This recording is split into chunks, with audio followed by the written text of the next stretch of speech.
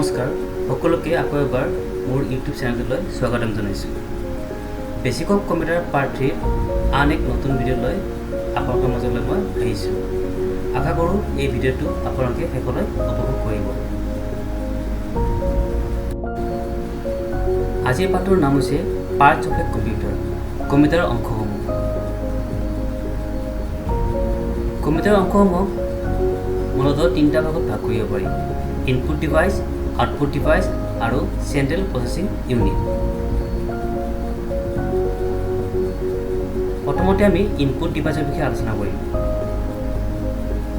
কম্পিউটাৰৰ যিবোৰ অংশৰ দ্বাৰা কম্পিউটাৰৰ তথ্যসমূহ যোগান ধৰা হয় সেইবোৰ অংশক ইনপুট ডিভাইচ বোলা হয়।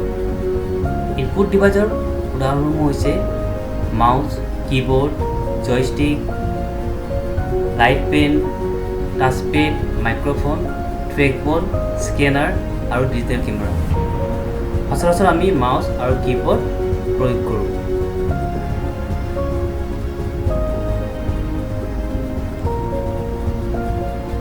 আউটপুট অংশ হৈছে কম্পিউটাৰৰ সেইবোৰ অংশ যিবোৰ অংশৰ সহায়ত আমি অৰ্থপূৰ্ণ তথ্যসমূহ পাব পাৰোঁ। আউটপুট ডিভাইচৰ উদাহৰণসমূহ হৈছে মনিটৰ, স্পীকাৰ, হেডফোন, ফ্লোটাৰ, প্ৰজেক্টৰ আৰু প্ৰিণ্টাৰ।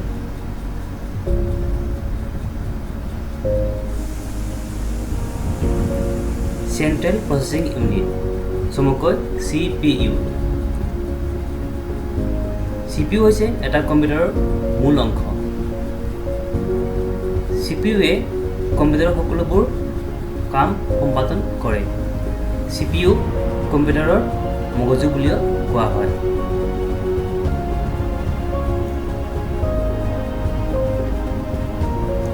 CPU আৰু তিনিটা ভাগত ভাগ কৰিব পাৰি: control unit, arithmetic and logic unit আৰু মেমৰি।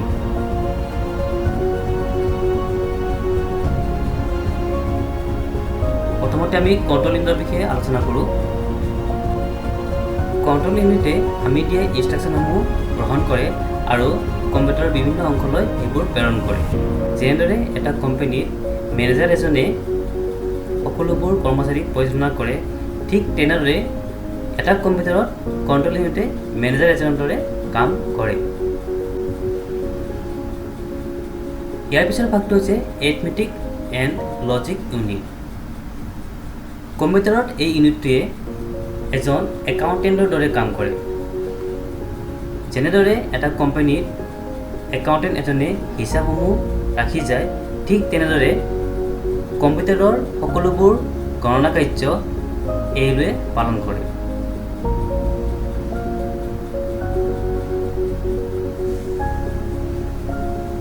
ইয়াৰ পিছত আমি আলোচনা কৰিম মেমৰি বিষয়ে।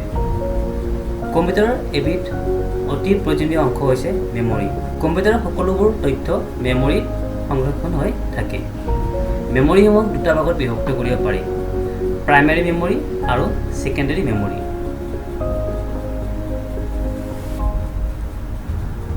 প্ৰাইমেৰী মেমৰিসমূহক আকৌ দুটা ভাগত ভাগ কৰিব পাৰি: ৰেম আৰু ৰম।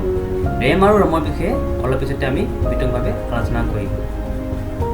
ছেকেণ্ডেৰী মেমৰিৰ ভিতৰত হৈছে hard disk, pen drive, memory card ইত্যাদি।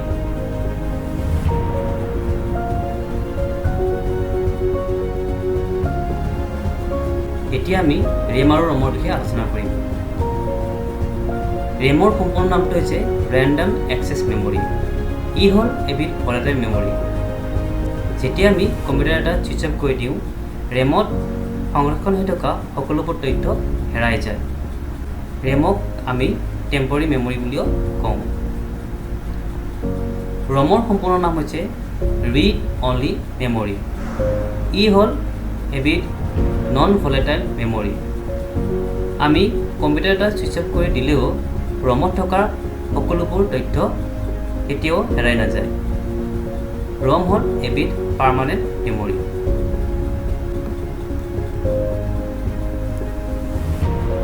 ছেকেণ্ডাৰী মেমৰিসমূহ হ'ল সেইবোৰ মেমৰি য'ত কম্পিউটাৰে তথ্যসমূহ সংৰক্ষণ কৰি থয় আৰু ভৱিষ্যতে প্ৰয়োজন হ'লে আমি সেই তথ্যসমূহ কম্পিউটাৰৰ পৰা আকৌ আহৰণ কৰিব পাৰোঁ। সেকেন্ডাৰী মেমৰিৰ উদাহৰণ ইতিমধ্যে আমি কৈছোঁ।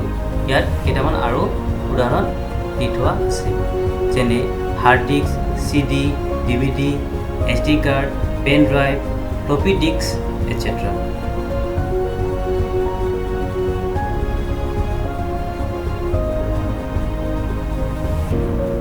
আজিৰ পাঠটোৰ সবিশেষ মই এই ডায়েগ্ৰামটোৰে আকৌ এবাৰ বুজাব বিচাৰিছোঁ। CPUটোৰ ঠিক বাওঁফালে ইনপুট অংশসমূহ দেখুওৱা হৈছে আৰু সোঁফালে আউটপুট অংশসমূহ দেখুওৱা হৈছে। ইনপুট অংশসমূহৰ উদাহৰণ ইয়াত দি থোৱা আছে, যেনে কীবৰ্ড, মাউচ, স্কেনাৰ, জয়ষ্টিক ইত্যাদি। আউটপুট অংশসমূহৰ উদাহৰণ হ'ল মনিটৰ, প্ৰিণ্টাৰ, স্পীকাৰ, হেডফোন ইত্যাদি। মেমৰিসমূহ দুটা ভাগত বিভক্ত কৰা হৈছে, প্ৰাইমাৰী মেমৰি আৰু ছেকেণ্ডাৰী মেমৰি। প্ৰাইমাৰী মেমৰিৰ উদাহৰণ হ'ল ৰেম আৰু ৰম। অন্যহাতে ছেকেণ্ডাৰী মেমৰিৰ উদাহৰণ হ'ল হাৰ্ড ডিস্ক আৰু পেন ড্ৰাইভ। ইয়াত দেখা গৈছে যে CU অৰ্থাৎ কণ্ট্ৰল ইউনিটে এই সকলোবোৰ অংশ নিয়ন্ত্ৰণ কৰি আছে। আজিৰ পাঠটো মই ইমানতে অন্ত কৰিলোঁ। যদি এই পাঠটোৰ পৰা আপোনালোকৰ কিবা সুধিব লগা থাকে বা আপোনালোকে মোক যদি কিবা উপদেশ দিব বিচাৰে, তেন্তে আপোনালোকে কমেণ্ট কৰিব পাৰে অথবা মোৰ ইমেইল আইডিত আপোনালোকে ইমেইল কৰিব পাৰে। মোৰ এই চেনেলটোৰ এটা নতুনকৈ ব্লগ অলপতে মই আৰম্ভ কৰিছোঁ। আপোনালোকে এই ব্লগটোতকৈও এই পাঠৰ সবিশেষ জানিব পাৰিব। আজিলৈ ইমানতে অন্ত কৰিলোঁ। ধন্যবাদ।